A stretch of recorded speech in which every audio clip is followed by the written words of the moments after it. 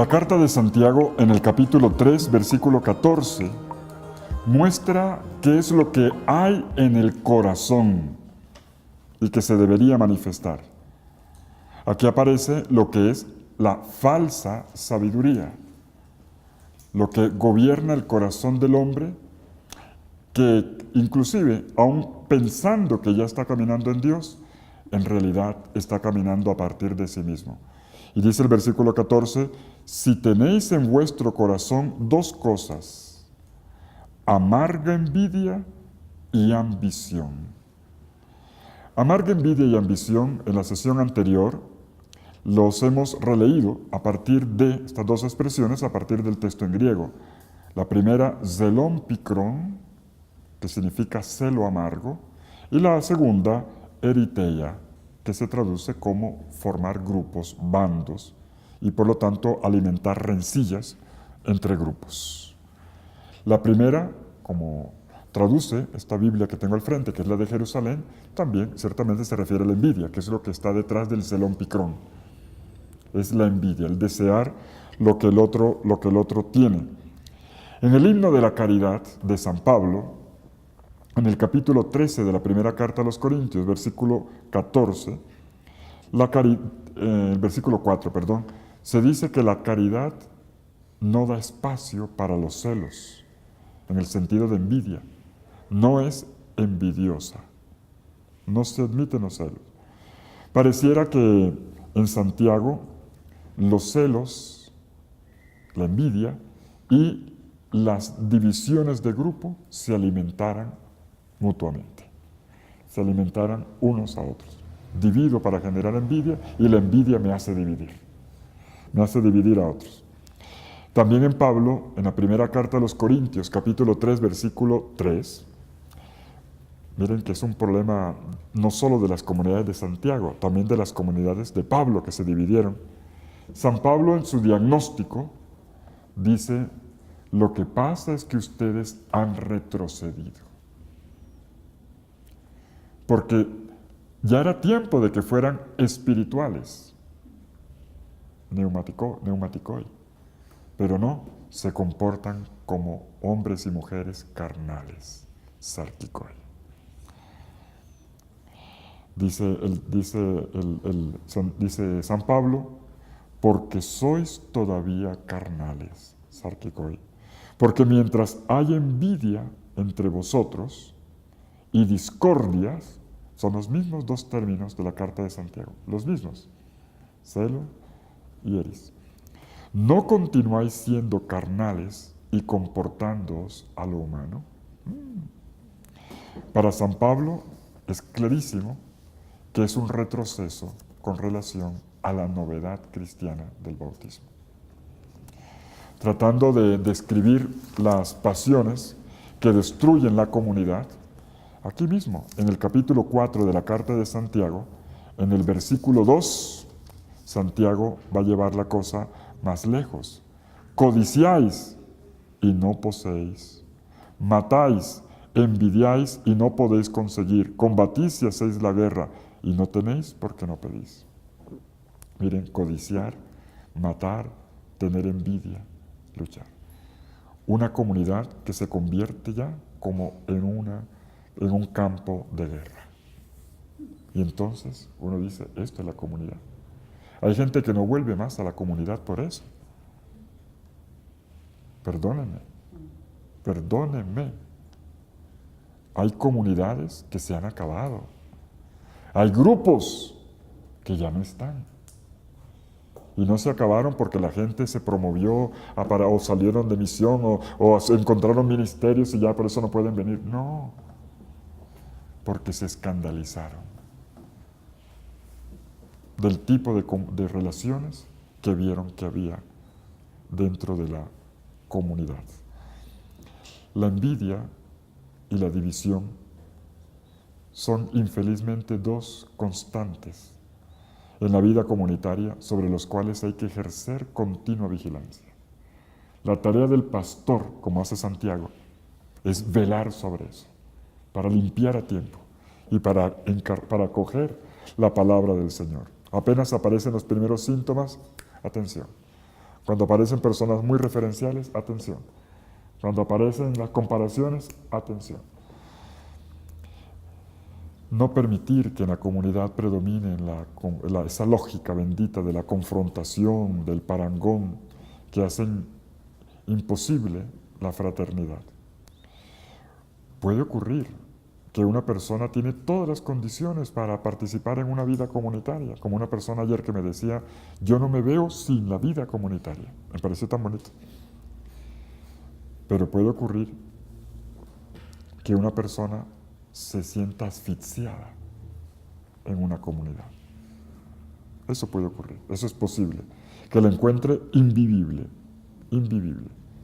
Conozco también un caso muy concreto de una persona que aguantó bastante,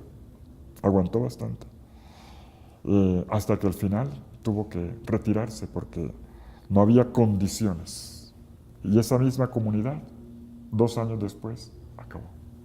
No fue posible por más retiros que se hicieron, por más exhortaciones, visitas, no fue posible reanimar ese difunto. No fue posible, porque se mantuvieron cada uno en sus posiciones. ¿Por qué le dieron el cargo a este y no a mí? ¿No? Hicieron esto sin consultarme. Entonces, ¿y por qué ese que manejó la llave y comienza las desconfianzas? ¿Y será que el otro que hizo una propuesta no será que viene con segundas intenciones? Así no se puede. Así no se puede. No funciona. No se puede. Es una lógica que es completamente contraria a la caridad.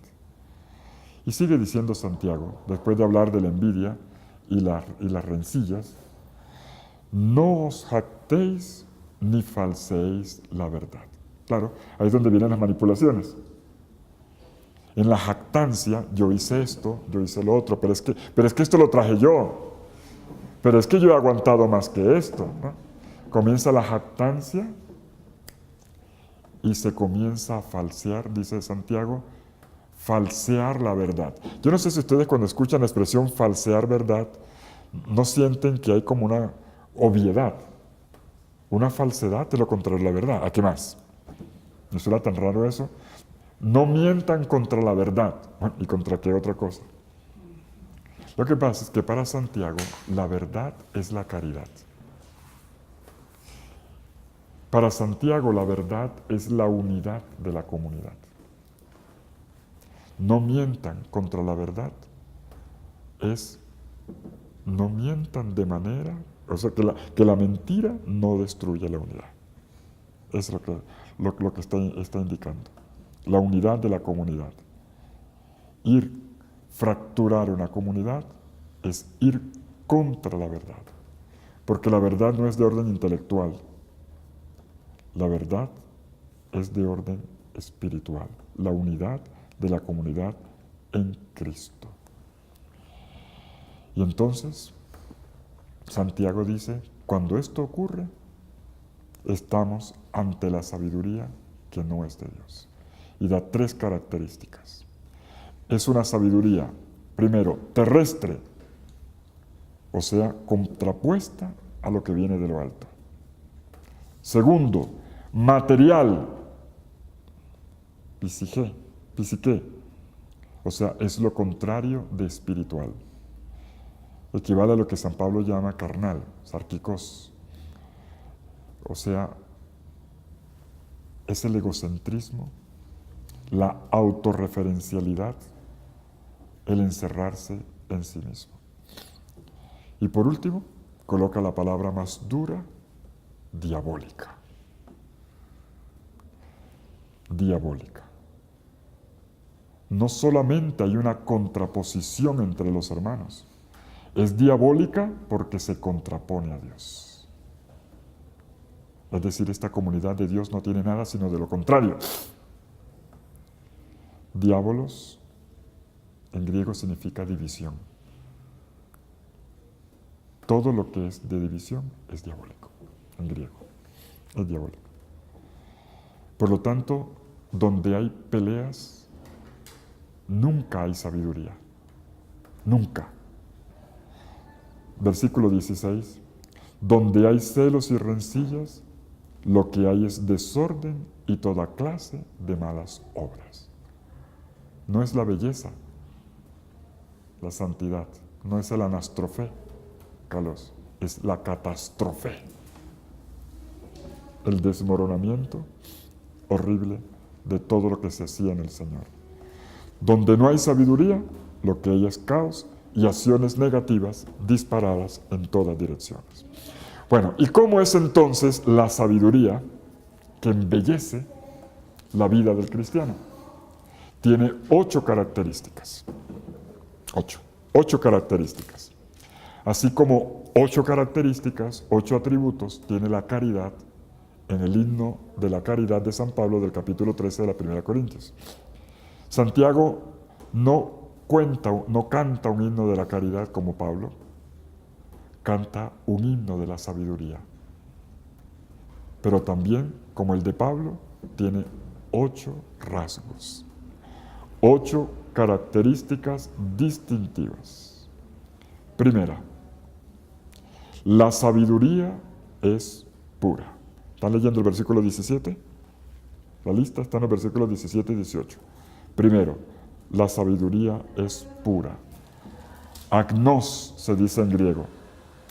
En el Salmo 27, de la versión griega de la 70, se dice, pura es tu palabra, agnos.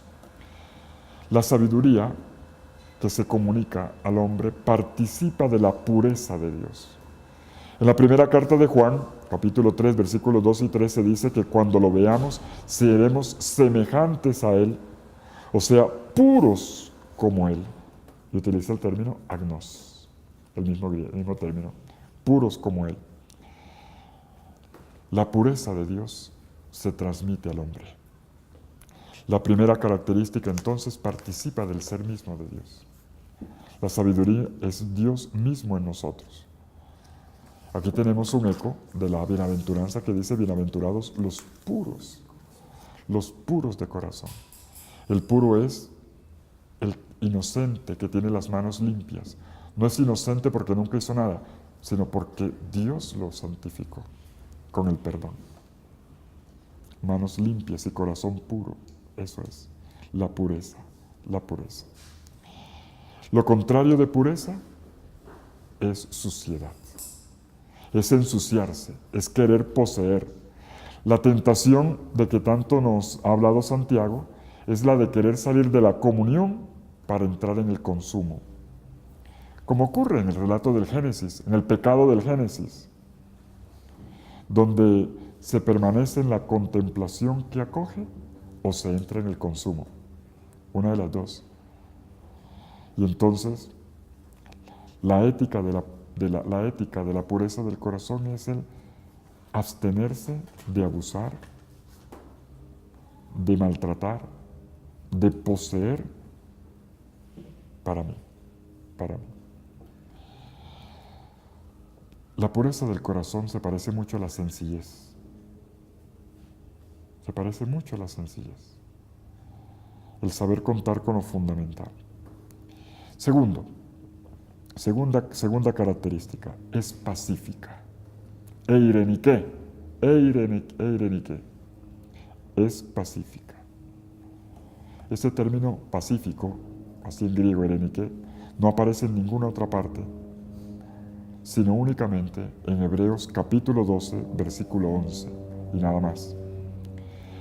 Hay una bienaventuranza que habla también de eso. Bienaventurados los pacíficos. Mateo capítulo 5, versículo 9. Estamos releyendo el sermón de la montaña. Es decir, pacífico es el que siempre está cosiendo. Donde ve que va a haber una división, más bien une. En cambio, el que divide siempre dice, ¿sabías que fulano de tal? ¿No? O te cuentan algo de tal, lo que pasa es que tú no sabes esto otro. En cambio, el pacífico, el constructor de paz, siempre está buscando, me dijeron tal, sí, pero es que mira este otro aspecto bueno de la persona. Y siempre está buscando reconciliación, unidad. Tercero, la sabiduría es mansa. Mansedumbre, epiakés en griego. Mansa. De nuevo, hay una bienaventuranza sobre la mansedumbre. Es vivir según las bienaventuranzas. Mansedumbre que es control de sí mismo, también gentileza, benevolencia, condescendencia, sobre todo en situaciones en el cual por alguna razón tú eres jefe o tienes una posición mayor sobre el otro. Como el caso de un maestro. Jesús es maestro y dijo que era un maestro manso, ¿no? Lo que con facilidad pierde un profesor es la mansedumbre. Lo que con más facilidad, porque por más que quiera llega un momento que pero es que tanto que ya he repetido la misma cosa. Hasta ahí le llegó la mansedumbre. Saber controlar, respirar y una sonrisa. Continuamos, ¿no? Mansedumbre. Cuarto, la sabiduría es conciliadora. Eupeites. Conciliadora quiere decir que no la emprende contra nadie. Hay gente que necesita tener un enemigo para poder salir adelante. Él sí necesita tener lo contrario para estimular energía en sí y entonces hacer grandes cosas. Pero necesita un contrario. No, esta es conciliadora. No necesitas adversarios para ser mejor. Hay personalidades así. Necesitan siempre de un contrario para estimularse. Quinto, la palabra más bella que hemos trabajado en los últimos tiempos. ¿Cuál es? Misericordia. Muy bien. Maste eleus. Aquí está el término eleus, donde viene Kyrie eleison. La sabiduría está llena de misericordia. Y esto es muy comprometedor, porque para la Biblia misericordia, en primer lugar, es Dios mismo, es el nombre revelado de Dios. Está llena de misericordia, dice Santiago. Sexto, la sabiduría está llena de buenos frutos. Ya habíamos aludido a esto cuando empezamos a utilizar aquí la palabra sabiduría y decíamos que sabiduría es una realidad muy cercana a lo que en el Nuevo Testamento es la obra del Espíritu y que produce frutos, que te habita y comienza a dar frutos. Como dice el texto famoso de Gálatas, que leemos tantas veces, Gálatas 5:22, el fruto del Espíritu es. Lo mismo, la sabiduría da frutos, solo que aquí no hace la lista de los frutos, pero sabemos cuáles son, porque con todo lo que ya hemos dicho de la comunidad, sabemos por dónde va la cosa. Sabiduría y Espíritu Santo se iluminan el uno al otro. Séptimo, la sabiduría es sin parcialidad. Adiáquitos. Bueno, esto de la parcialidad ya le habíamos dedicado una sesión. Octavo, cuidado con esto, la sabiduría es sin hipocresía. An hipócritos, sin doblez, sin doblez. Tenemos entonces 8 atributos, 8 características de la sabiduría. Y podemos concluir diciendo que la sabiduría es una gracia de Dios en el hombre. Dios viene a habitarnos y al mismo tiempo la sabiduría es la respuesta comprometida del hombre a Dios a través de una vida santa, cultivada en estos aspectos. Son frutos. Fruto significa que viene de dentro, no es una cosa que tú dices, voy a perfeccionarme en esto, no, como que dice, voy a ser más puntual, entonces, se me lo digo a mí mismo. Entonces, no, es algo que está en ti que tienes que dejar aparecer fuera. Sin embargo, a pesar de que son 8, todavía nos agregan 2 más, que no son propiamente, digamos, atributos al mismo nivel, sino el resultado final. Partimos de las divisiones comunitarias. Al final nos va a decir, entonces, los frutos de esta sabiduría tienen que generar hermanos constructores de paz. El fruto final, o el resultado final de la justicia es que los hermanos siembran en paz los que procuran la paz. Fruto de la justicia, siembran en paz los que procuran la paz. Tenemos aquí inclusive la tensión escatológica de sembrar, cosechar, ¿no? Sembrar, cosechar. Y esta es la comunidad a la cual el Señor le muestra el rostro de su nacimiento en el espejo. La comunidad lo apropia y debe dar los frutos claros y vivientes de esto. En el capítulo 4, versículos 1 al 12, vemos, una vez que se ha presentado las características de la sabiduría, como también de la no sabiduría o la falsa sabiduría, vemos cómo esto aterriza en la vida comunitaria. Leámoslo de una vez, capítulo 4, versículos 1 al 12. Primero, las divisiones comunitarias y enseguida el no juzgar. ¿De dónde proceden las guerras y las peleas entre vosotros? Y este es casi un repaso, porque ya nos lo han dicho. ¿Acaso no provienen de vuestras pasiones, epitimías? Y creo que ya el mensaje, ya a estas alturas del curso, creo que ya agarramos la cosa. De vuestras pasiones que luchan en vuestros miembros, codiciáis y no tenéis, matáis y tenéis envidia, y no podéis conseguir nada. Lucháis y os hacéis la guerra.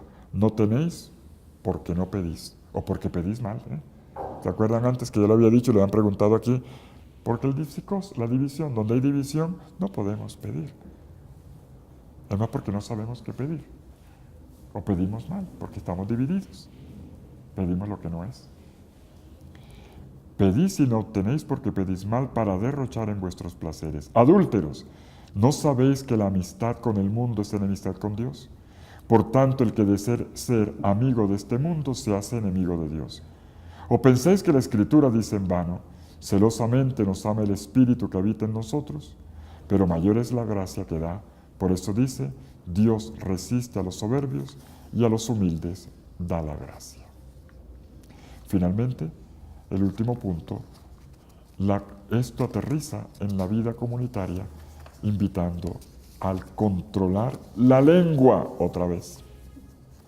Controlar la lengua. Pero esta vez no es en el hecho de malas comunicaciones, sino perversas comunicaciones, cuando damos opiniones sobre los hermanos. Versículos 11 y 12. No habléis mal unos de otros, hermanos. El que habla mal de un hermano o lo juzga, habla mal de la ley y la juzga.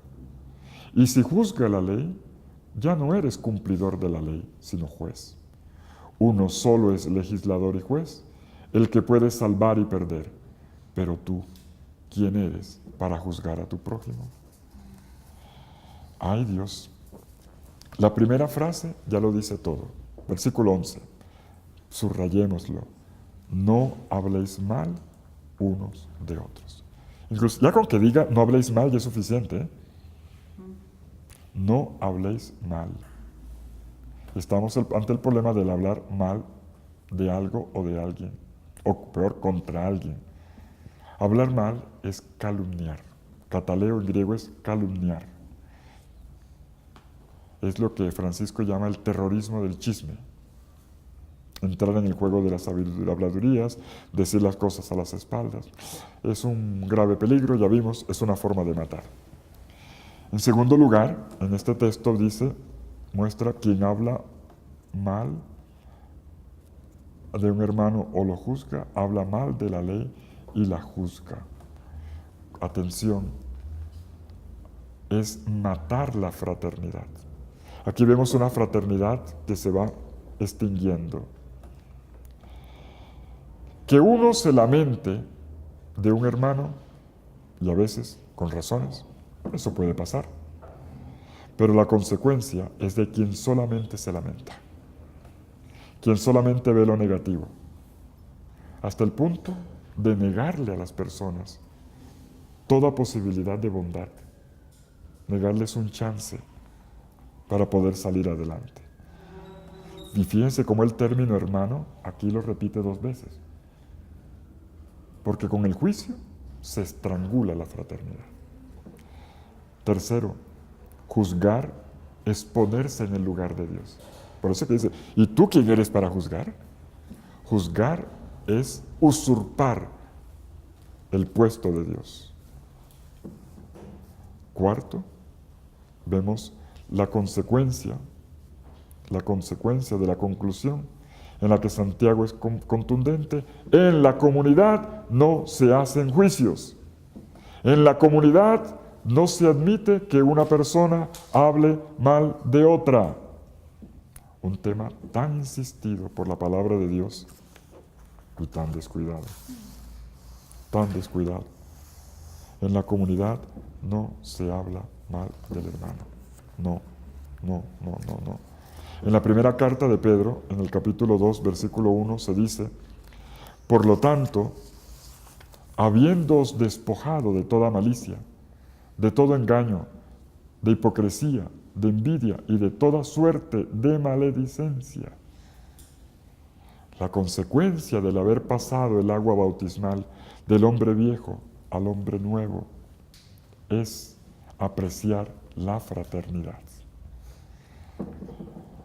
Hablar mal siempre es fácil, porque es el primer impulso que a uno le viene.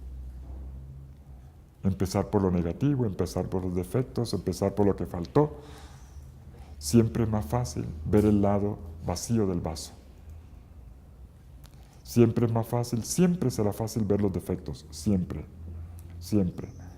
Por eso hablar bien es una ascesis, es un ejercicio espiritual para el cual el Señor nos antoja, pero también nosotros tenemos que comprometernos. Una persona que habla mal, inclusive con lisonja, con adulación, ¿no?, siempre hace un daño. Los invito a hacer una pausa de reflexión sobre nuestro hablar. ¿Cómo es nuestro hablar? Tengamos presente que el contexto en el cual Santiago está tratando el tema es el de la asamblea, cuando la comunidad tenían que discutir temas y resolver problemas. Es ahí donde se dan las tensiones, los desacuerdos, la gente aduladora que dice para que el otro escuche y quedar bien, o que calla para evitar quedar mal en la foto y no ser atacada. Es interesante que Santo Tomás de Aquino, vuelvo a citar Santo Tomás de Aquino, estamos clásicos, bien clásicos, dice que es una ofensa, y miren, lo dice sobre el Espíritu Santo, es una ofensa al Espíritu Santo, y yo diría, es una ofensa a la inteligencia, que los cristianos, fíjense, que los cristianos quieran resolver los problemas simplemente o por impulso o buscando citas bíblicas sin interpretarlas. Fundamentalismo. Dice, es una ofensa al Espíritu Santo. Y agrega Santo Tomás, el método es el debate, la discusión y el consenso. Eso significa tener paciencia para escuchar, inclusive para escuchar alguna tontería, hasta para escuchar alguna estupidez, pero tener paciencia con los hermanos. El camino de la vida comunitaria es el consenso. Es el permitirnos colocar en la mesa los puntos de vista, pero sabiendo escuchar. Sabiendo inclusive dejarme convertir por puntos de vista que yo antes no tenía en consideración o que incluso ya había descartado.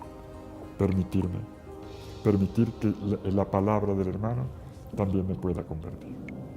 El camino es el consenso.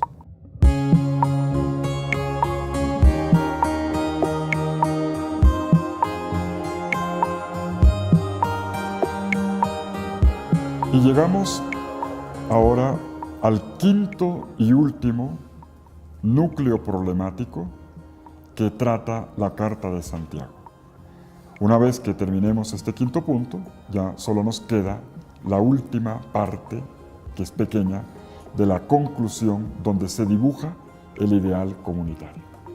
Pero todavía hay un punto más a afrontar. El anterior era la unidad de la comunidad. Santiago está trabajando la unidad, ese saber cohesionar palabra, vida, fe, obras, corazón, lengua, grupos que se dividen. Ahora viene una última conexión, la conexión entre la fe comunitaria y la responsabilidad social. Conectar la fe comunitaria con la responsabilidad social. En el fondo, vamos a encontrar aquí de nuevo el lenguaje profético y el lenguaje sapiencial de la sabiduría en el abordaje de un elemento que ha aparecido ya en la carta, pero que no ha sido desarrollado. El manejo del tiempo. La comprensión del tiempo. Del tiempo que pasa, me refiero, de la historia que fluye. El quinto y último núcleo tiene que ver con la manera como entendemos y vivimos el paso de los días y de los años. Si hay una perspectiva o cómo lo entendemos. Me permito decir esto, y yo espero no asustar a nadie. El quinto y último punto tiene que ver con el tema de la corrupción. ¿Cómo enfrenta una comunidad la corrupción hacia afuera? En el mundo afuera, ¿cómo se posiciona? En el mundo antiguo había mucha corrupción, hoy gracias a Dios creo que no, pero en el mundo antiguo había mucha corrupción. Y como la comunidad, por lo que hemos visto, dejaba infiltrar, al fin y al cabo viven en el mundo, también se daban comportamientos corruptos dentro de la comunidad, en esa mundanidad que se infiltraba. Veamos el capítulo 4. Bueno, el texto tiene dos partes. El primero se aborda el mundo del comercio, es decir, el mundo urbano que se rige por el comercio, venta. Y la segunda parte se aborda el mundo rural, que es el mundo del manejo de la tierra, y de los cultivos, y de las cosechas, y de los empleados, los trabajadores, ¿no? Tenemos el mundo urbano con sus ventas, sus tiendas, y tenemos el mundo rural con sus terrenos y el tema laboral. Y ahí se van a plantear preguntas, porque en ambos, tanto en el comercio como en el mundo del campo, que además había grandes latifundios, hay problemas éticos que la comunidad tiene que enfrentar. Veamos el primer punto. Capítulo 4, versículos 13 a 17. Atended ahora los que decís, hoy o mañana iremos a tal ciudad, pasaremos allí un año, negociaremos y obtendremos buenas ganancias. Cuando en realidad no sabéis qué será de vuestra vida el día de mañana, porque sois un vaho que aparece un instante y enseguida se evapora. En lugar de esto deberíais decir, si el Señor quiere, viviremos y haremos esto o aquello. Vosotros, en cambio, os gloriáis de vuestras arrogancias. Toda jactancia de este tipo es mala. Por tanto, el que sabe hacer el bien y no lo hace, comete pecado. Palabra de Dios. Yo les voy a hacer una pregunta a ustedes. ¿Puedo? ¿Tiene algo que decir la fe cristiana frente al lujo consumista, frente a una sociedad de consumo exagerada, que es vender y vender y vender? En estos días, en Barranquilla, me sorprendió. Era el 1 de septiembre y había publicidad de Navidad. Aquí también, Jesucristo. Porque hay que vender. Tenemos algo que decir y matamos todo. Porque la idea es compre, gaste, viene la prima, viene el salario y Bueno, sabemos que también los comerciantes tienen que vivir, al fin y al cabo es un círculo. Pero tiene algo que decir la fe cristiana frente al consumismo, frente a la riqueza entendida solamente como acumulación de bienes, donde la riqueza es acumular, frente a un estilo de vida que pone las cosas por encima de las personas. ¿Creen ustedes que la fe cristiana simplemente debe decir, ustedes reúnanse, oren, contemplen el Santísimo, que lo que está afuera no es problema de ustedes, ¿no? Bueno, la comunidad de Santiago piensa como ustedes. Piensa como ustedes. Tenemos algo que decir. La comunidad tiene que posicionarse. Además, porque esos comportamientos se meten. No, si yo ya, por Dios, si yo ya vi un grupo de oración celebrando Halloween con disfraces, yo decía, pero esta gente perdió el horizonte completamente. Y no digo que no tiene nada malo que se vista por allá de Herman Mostar, pero, o de pronto sí, pero ¿qué tiene que ver? O sea, uno dice claramente, y lo que querían hacer era bueno. Era bueno, sí, pasar un rato hacer una convivencia, pero falta de criterio. Esas cosas pasan. Pues bien, en el capítulo 5, en el final del capítulo 4, los versículos 13 al 17 que hemos leído, vuelve el tema de los ricos y de los pobres, pero desde otra perspectiva. Desde otra perspectiva. Aquí lo que se pone en primer lugar, en primer plano, es la violencia que los ricos ejercían sobre los pobres. Y no se limita a hacer observación sobre la cuestión que es un poco fastidiosa de la acepción de personas que ocurría en la comunidad y que es inaceptable, sino que va a fondo. La visión que la fe te da sobre el uso de los bienes. Más aún, sobre el uso de la riqueza. Detrás de algunas riquezas hay algún abuso. ¿Es esto aceptable o no? ¿Es esto aceptable o no? El versículo 13 comienza diciendo que hay gente que dice, hoy y mañana iremos a tal ciudad, pasaremos allí un año, negociaremos y obtendremos buena ganancia. Aquí nos coloca la escena de una vez. ¿Quiénes son las personas que dicen, bueno, allá hay feria, vamos a armar aquí, ahora está de otro lado, montamos acá, ¿no? Hoy pasamos aquí, mañana pasamos allá. Es el mundo del comercio, el mundo del businessman. Y entonces primero lo retrata. Dice, primero, la idea es producir y producir y producir y producir.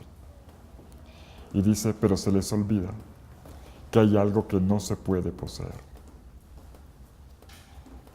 El error del rico, en este caso del comerciante, del que solo piensa en acumulación, es que se le olvida que hay algo que él nunca podrá acumular, y es el tiempo. Tú puedes tener cosas, tú puedes montar una empresa, tú puedes tener ganancias, pero nunca podrás manejar el día de tu muerte. El tiempo. El tiempo. La inteligencia se te acaba cuando se trata de administrar el tiempo. El tiempo es limitado. Y entonces dejas de administrar lo más importante de esta vida. Y en lugar de ser sabio, te vuelves estúpido. Miremos en el texto, vamos a observar en el texto, el análisis que Santiago hace con mucha finura. Tú no sabes lo que será del mañana. Esa es la frase principal. Tú no sabes lo que será del mañana. Detengámonos un momento para enfatizar esto, perdónenme, discúlpenme. Nosotros utilizamos con frecuencia la palabra tiempo y lo utilizamos como complemento del verbo tener. Tengo tiempo, no tengo tiempo. Pero ¿será que el tiempo puede ser objeto del verbo tener? ¿Puede ser objeto? No, claro que no. Nosotros estamos en el tiempo. El tiempo está antes y está después de nosotros. Nosotros somos tiempo. No tenemos tiempo. Somos tiempo. El tiempo es la sustancia de nuestra vida, por decirlo así. Nos hace ser y nos consume también. En la mitología clásica griega, el dios Cronos, el dios tiempo, aparece, se representa devorando a sus hijos, ¿no? Hasta que sus hijos se le rebelan, ¿no? Ante la percepción del tiempo, nosotros también nos rebelamos. Tratamos de todas las formas, con todas las estrategias posibles, una especie de anti-inmortalidad. Creo que eso es lo que... ¿Y cómo es eso? Pues tratamos de alargar la edad de la vida, eso está bien. De manejar, de gobernar el paso del tiempo. Todos nosotros sabemos muy bien que no somos inmortales. Y por eso la nueva estrategia no es la inmortalidad, la nueva estrategia es la amortalidad. Es decir, vivir como si no nos fuéramos a morir. Vivir sin responsabilidad, esa es la amortalidad. Creo que ese es el nuevo vicio que se ha infiltrado. No entendimos que nos vamos a morir. Pues entonces ahora se impuso la amortalidad. En el fondo es no reconocer lo que la sabiduría nos invita siempre a hacer, no reconocer los límites. El Salmo 90, en ese sentido, es precioso. Enséñame, Señor, a calcular mis días. Enséñame a calcular y entonces seré sabio. El que sabe que la vida es limitada se vuelve sabio. Si los días se pueden contar, es porque son limitados, no son infinitos. Por eso la tendencia cultural de la amortalidad, no de la inmortalidad,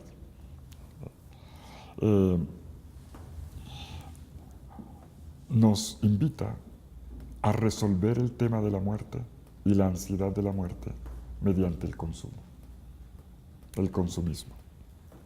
Tener y tener y tener, y entonces un celular no, pero dos mejor porque este tiene mejores características, sí, pero este mejor porque este otro colorcito, y entonces la mortalidad sencillamente es distraernos de tal manera, consumiendo y llenándonos, al fin y al cabo llenándonos de aquello que de ninguna manera no podemos tener. El tema del no saber qué viene mañana, que lo dice el texto, es que no sabes lo que viene. En Proverbios 27.1 está abordado de tal manera que nos da una pista. Dice Proverbios 27.1, no presumas del día de mañana, porque no sabes lo que traerá. O el libro del Eclesiástico, 11:18-20. Hay quien es rico a fuerza de cuidado y ahorros, y en ello consiste su recompensa. Mientras tanto dice, ya puedo descansar, ahora comeré de mis bienes, pero no sabe cuánto tiempo pasará hasta que se muera, porque se morirá y dejará todo a otros. Por cierto, ¿esto no le suena familiar? En una parábola de Jesús, el rico insensato, tengo granero, ¿no? Y entonces muestra que es inteligente haciendo otros graneros y luego dice, túmbate, come, bebe, date buena vida, y de repente una voz en la parábola dice, tonto, ¿no sabes que hoy te van a pedir? Ni siquiera pensaste que tenías familia. Todo el tiempo hablaste yo. Ni siquiera. Fue el tema de los graneros. Y todo lo que conseguiste, ¿para quién? ¿Para quién será? Es decir, todo tu trabajo, ¿qué sentido tiene? Ese es el tema. Ese es el tema. Y en ese texto Jesús dice, cuídense de la codicia. ¿Qué es lo que realmente debe llenar el corazón? ¿Qué es lo que realmente debe llenar? En este tipo de reflexiones tenemos que ser muy cuidadosos, ¿eh? Porque nadie está diciendo que no haya que trabajar, ni que no haya que hacer negocios, ni que no haya que... Nadie está diciendo eso. Lo que estamos diciendo, y con énfasis, con la carta de Santiago, es una vida sabia. Una vida sabia. Y la corrupción viene de ahí. La corrupción en el fondo es vivir como si no te fueras a morir, poniendo énfasis en el tener, y quien tiene más, quiere todavía más. El problema del corrupto es ese, que lo que tiene siempre le parece poco. Increíble. Lo que tiene siempre le parece poco, pero nunca tendrá lo que realmente necesita, que es el tiempo, y que solo Dios le puede dar. ¿Cómo se puede resolver esto? ¿Qué dirección nos da la carta de Santiago? Respuesta: entrar en la lógica del don. Eso. Don, el don de donación. Santiago le dice a los comerciantes, a los potentados, a los dueños de grandes fortunas de su tiempo: ustedes que creen ser dueños del tiempo, que se absolutizan, que se creen dioses, en realidad son vapores. Inconsistencia. Ustedes nacen, crecen y se mueren como todo el mundo. Miren el versículo 14. Porque sois un vaho que aparece un instante y enseguida se evapora. Olvidamos fácilmente la banalidad de la breve existencia. Lo que habría que hacer, entonces, al contrario, es entrar en la relación con el don. ¿Qué es el tiempo? El tiempo es don. El tiempo es lugar de encuentro. El don del reconocimiento y por lo tanto de la gratitud. Y esto es fuerte, ¿saben? Un enfoque positivo de la sabiduría, es el de siempre vivir con gratitud. Quien vive siempre agradecido, vive contento, con mucho o con poco, porque sabe ver el valor de todo y de todos. Quien no tiene espíritu de gratitud, sino únicamente espíritu de mérito y de derecho, este es mi derecho, nunca se satisface con nada. El que sabe gozar con todo y agradecerlo todo, desde que se levanta, y no lleva ni media hora de que se levantó y no ha hecho sino qué día tan lindo, Señor, gracias por esto y cuántos detalles de amor me has dado. Esa es una persona sabia, que puede inclusive manejar grandes fortunas, y trascenderse y ser feliz. O inclusive con ciertos recursos limitados, pero tiene más alegría que una persona que tiene muchos bienes y lleva media hora y está angustiada en ese mismo día. La lógica del don. La lógica del don. La lógica del don es también la de hacer el bien. Hacer el bien haciendo las cosas bien. Así dice en el versículo 17, pero en negativo: aquel que sabe hacer el bien y no lo hace, comete pecado. Hacer el bien. Mientras no haya espacio para el don para hacer el bien, el tiempo en el que transcurre la existencia es vaciedad. El Salmo 39, en los versículos 5 y 6, dice: hazme saber, Señor, mi fin, y cuál sea la medida de mis días. Sepa yo cuán frágil, bonito eso, cuán fugaz yo soy. Has dado a mis días un término corto, y mi edad es como nada delante de ti. Ciertamente es vanidad todo hombre en su vigor. Miren, el término vanidad, califica muy bien el ser humano. Vanidad. En la Biblia hebrea, todo Adán es un Abel. ¿Saben lo que significa la palabra Abel? Vanidad. En el texto de Caín y Abel se ilustra aquel que vive poco, vulnerable ante la violencia, la envidia del hermano. En el libro del Eclesiastés, vanidad de vanidades, todo vanidad, la palabra es Abel. Abel, Jabelín, Col, Jabelín. Todo Adán es un Abel. Todo hijo de Adán es un Abel. Y nosotros, como hijos de Adán, somos también vaciedad, es decir, fragilidad, límite delante de Dios. Pero es una fragilidad asumida por Dios. ¿Recuerdan lo de la exaltación? Lo del pobre, que el Señor exalte, que se gloría, ¿no? Aquí esa es la idea.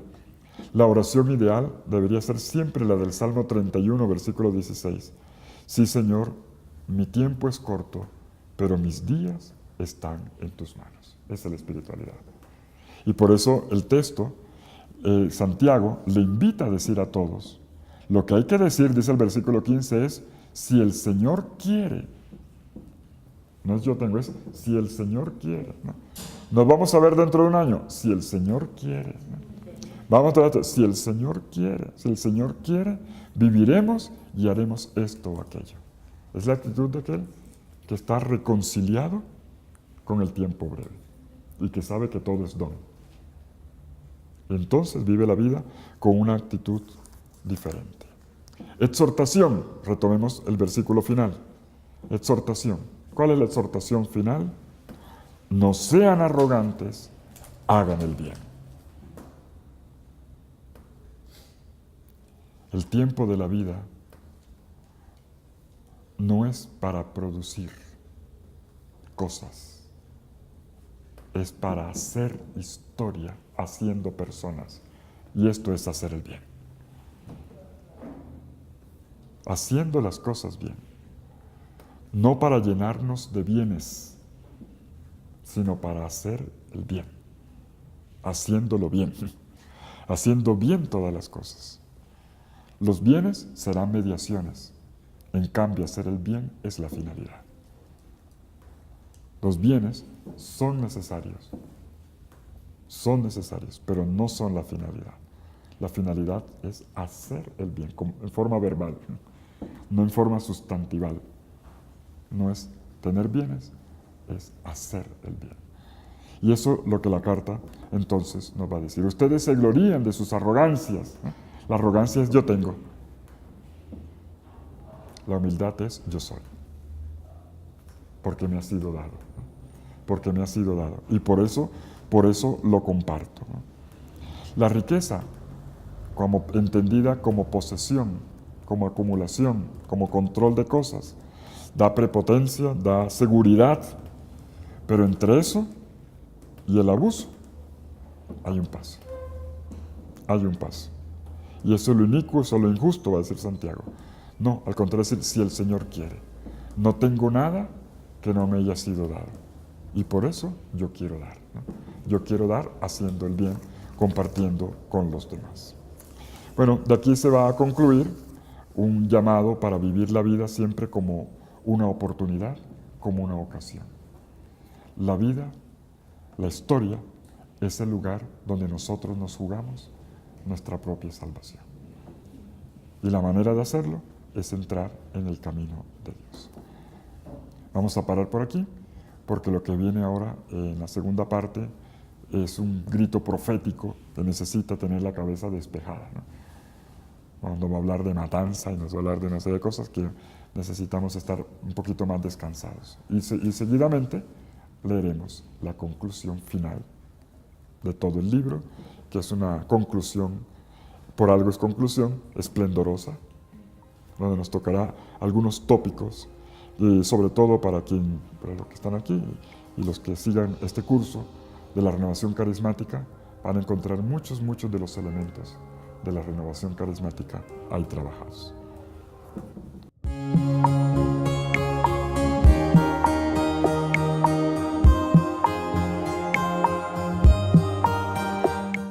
Pablo en su diagnóstico dice, lo que pasa es que ustedes han retrocedido.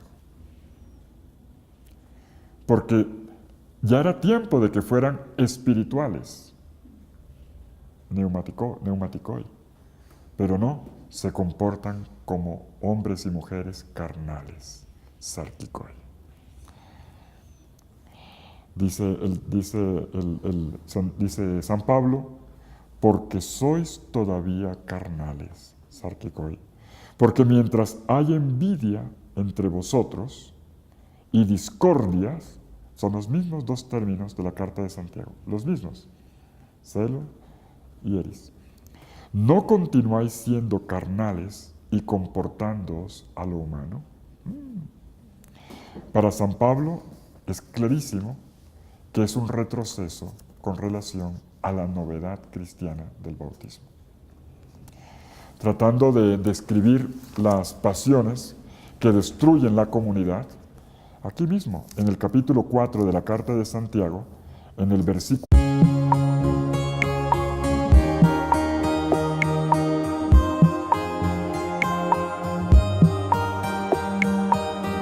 La carta de Santiago, en el capítulo 3, versículo 14, muestra qué es lo que hay en el corazón y que se debería manifestar.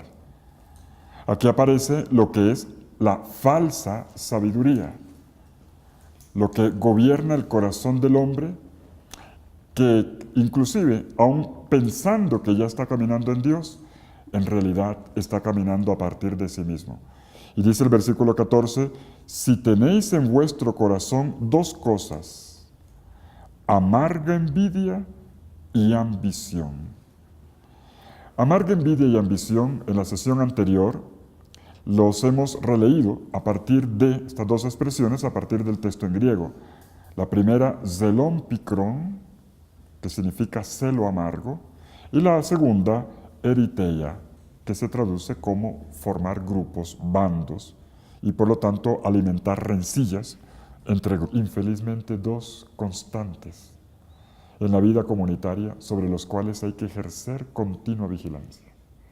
La tarea del pastor, como hace Santiago, es velar sobre eso, para limpiar a tiempo y para acoger la palabra del Señor. Apenas aparecen los primeros síntomas, atención. Cuando aparecen personas muy referenciales, atención. Cuando aparecen las comparaciones, atención.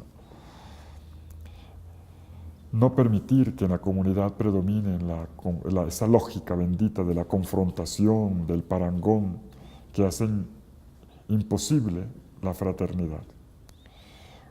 Puede ocurrir que una persona tiene todas las condiciones para participar en una vida comunitaria, como una persona ayer que me decía, yo no me veo sin la vida comunitaria. Me pareció tan bonito.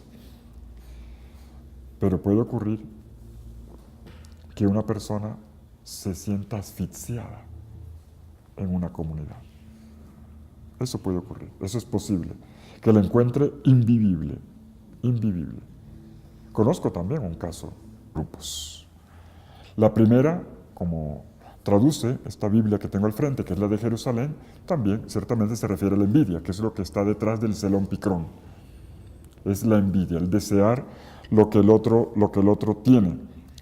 En el himno de la caridad de San Pablo, en el capítulo 13 de la primera carta a los Corintios, versículo 14, el versículo 4, se dice que la caridad no da espacio para los celos, en el sentido de envidia. No es envidiosa. No se admiten los celos. Pareciera que en Santiago los celos, la envidia y las divisiones de grupo se alimentaran mutuamente. Se alimentaran unos a otros. Divido para generar envidia y la envidia me hace dividir. Me hace dividir a otros. También en Pablo, en la primera carta a los Corintios, capítulo 3, versículo 3, miren que es un problema no solo de las comunidades de Santiago, también de las comunidades de Pablo que se dividieron. Sanculo 2, Santiago va a llevar la cosa más lejos. Codiciáis y no poseéis. Matáis, envidiáis y no podéis conseguir. Combatís y hacéis la guerra y no tenéis porque no pedís. Miren, codiciar, matar, tener envidia, luchar. Una comunidad que se convierte ya como en un campo de guerra. Y entonces uno dice, esto es la comunidad. Hay gente que no vuelve más a la comunidad por eso. Perdónenme.